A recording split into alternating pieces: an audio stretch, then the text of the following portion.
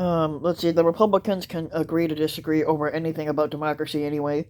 Less than 6 hours after rioters had forced legislators to stop their debate over certifying the electors from Arizona, and January 6th, senators were back on the floor again. The insurrection failed to stop Congress from playing its constitutional role and certifying Joe Biden as the rightful winner of the presidency.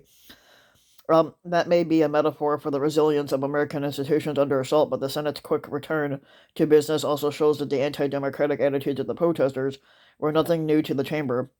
But indeed, the debate over whether to accept the outcome of a presidential election was only happening at the Capitol because a fraction of the Republican Party had already embraced the same grievances as the rioters. In the Atlantic, Tom Nichols dubbed this fraction of lawmakers the Sedition Caucus. It lost on January 6th, but its members are not going away anytime soon. The question is what form their persistence will take. Are they the Republican Party's future, or will they have to find a new home, perhaps in the unpatriotic party or the maggot party that Trump has reportedly wants to put together? Because the Sedition Caucus is embedded within the Republican in the GOP or other Republicans are the only ones in a position to rein the group in. So far, many who oppose the election challenge and want to hold their party together are making an effort to restore constitutional norms, but others are trying to play both sides of the field. The reason so many are worried about the divisiveness of the impeachment is not that it will divide the country, but that it will divide the Republican Party. It will force Republicans to go on record opposing some of their own. As the former GOP strategist Stephen Schmidt wrote, that could lead today's Republican Party down the path to the Whig Party that the Whig Party took 2 centuries ago, when it basically fractured over slavery rules. As a political scientist who studies political parties and ideological divisions, people have heard two scenarios that will end with the fracturing of the Republican coalition. In one, the Trump faction abandons the GOP, perhaps for an unpatriotic party. After all, it has been a Republican state election officials and Trump appointed judges and Supreme Court justices who have been finding no evidence of voter fraud, and to believe the conspiracy means believing that many Republicans are complicit. The other scenario that's going to come up, it basically has a constitution respecting conservatives abandoning the GOP to the pro Trump faction, but how could they tolerate remaining in a party that continues to enable sedition and insurrection? Political handicappers have been predicting breakups like this for a long time, but under the rules of our system, the incentives for parties to hold together are strong, and to win elections in America means coming in first. Therefore, the voters and politicians both have strong motivations to join one of the two largest parties. If one of those parties splits into any smaller ones, the schism pretty much guarantees that the remaining large party will win a lot more elections. In multi-party parliamentary democracies, extremist factions are typically isolated in their own minor parties. But in those countries, a governing coalition can be built from multiple parties after an election, so a mainstream party doesn't need to win an outright majority.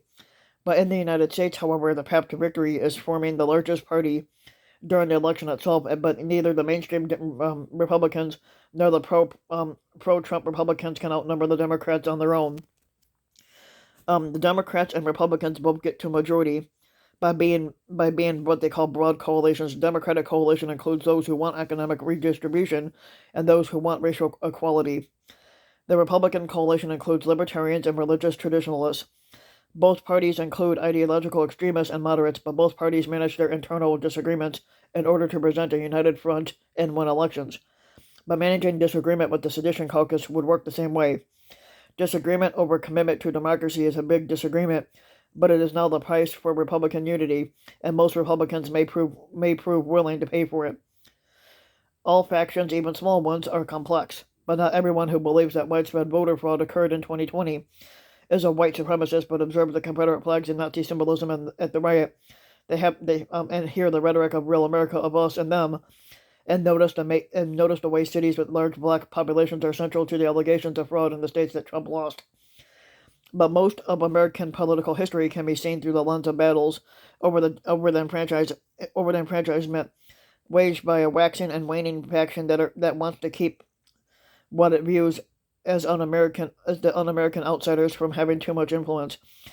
This faction was part of the appeal um, of the birther movement that claimed Barack Obama wasn't born in the United States, which he was, but the movement that brought Trump to prominence. This faction was also behind the revision of North America's electoral rules that was plainly aimed at reducing the black voter turnout almost immediately after the 2013 Shelby County Holder Supreme Court ruling that was set aside the requirement that the state got the Justice Department's permission before making such changes. Before all that, the progenitors of today's sedition caucus were behind what they call the poll taxes and literacy tests.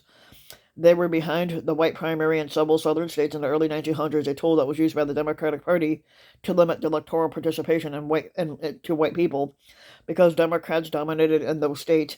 Winning the primaries amounted to winning general elections, and all of these rules were deliberately put in place as a scheme to get around the 15th Amendment, which had given Black Americans the vote. This faction was behind the caucus surrounding the 1876 presidential election, the last significant dispute in Congress over presidential electors. On January 6, Senator Ted Cruz proposed the creation of an electoral commission that was modeled on the one Congress had created in 1877, as if that commission had been a typical mechanism for resolving a typical political disagreement. In fact, that election was disputed after it was marred by violence from the Democratic Party, aligned paramilitary groups that sought to intimidate the black voters. The commission decided that the election in favor of the Republican candidate, which was Rutherford Hayes, the South accepted this result in exchange for the end of Reconstruction, which enabled the disenfranchisement that followed. Until the mid to late 20th century, most of the work done by the anti-democratic faction in American politics was done on behalf of the Democratic Party. Because American parties are coalitions, the groups in one coalition can and do shift to the other, especially as the groups themselves evolve and change. Today, the seditionist faction and the white supremacy party is the Republican Party, and it would be hard to evict. Coalitions tend to include people who disagree with one another, but they set aside those disagreements in an effort to achieve their common goals. The sedition faction is a Republican Party because it is closer to the Republicans' core of the conservative ideology. Party coalitions can be fluid, but they are not random. The sedition faction left the Democratic Party in the 60s and 70s as the civil rights liberals became more influential in that party. Meanwhile, the modern conservative movement that bound together a pro-business, anti-regulation economic position with a cultural, religious, and populist position that tends to oppose policies aimed at addressing the racial inequality. This coalition benefits when black voters, overwhelmingly Democratic, vote less. The principled Republicans may prefer not to give to the anti-democracy faction's worst impulses, but the two groups agree on more than they disagree on. In the aftermath of the Capitol insurrection, Republicans outside the sedition faction may be willing to see Democrats win a few elections in the short term if it means saving democracy, but Republicans won't make that sacrifice anytime soon. The longer term change would require an overhaul of American political institutions. What they call but the reforms now under discussion, including popular versions of ranked choice voting, are modest. They are unlikely to radically change the incentive to form a large party coalition, but certainly not before the next election. Instead, what is likely is continued. It basically will conflict with the Republican Party among its factions, and with the sedition caucus emboldened by the attack on the Capitol, but also chastened by the reaction to it. The prizes of the Republican Party, a presidential nomination, its cherished name, are too valuable for anyone to back down. The lesson of the Tea Party is instructive. The Tea Party was also a faction within the Republican Party, but indeed it was the precursor to the Trump faction. As the political scientist Rachel Blum argues, the Tea Party also didn't trust the establishment and felt betrayed by it. But this faction didn't form its own party. It stayed and fought for influence within the party. In the near term, the mainstream Republicans will fight back against the sedition caucus, but not at the expense of dismantling the party forever. But neither party's institutions are well equipped to prevent factions from invading. Party leaders do have ways of managing conflict and avoiding nominees out of step with their values, but now that the anti-democratic faction of the GOP has representatives among the party brass, the the House Minority Leader and Minority Whip both voted to contest electoral tallies in 2 states, but it cannot simply be shut out. It has to be bargained with. And perhaps the pro-democracy Republicans' best bet is to tell their seditious fellow party members the truth about the 2020 election. Republican voters will not listen if Democrats tell them that the vote was not fraudulent because it wasn't, but they may listen to an intra-party debate in which Republicans vigorously defend the right to vote. Even if it means losing elections, or perhaps they won't listen, but the party has to have that debate.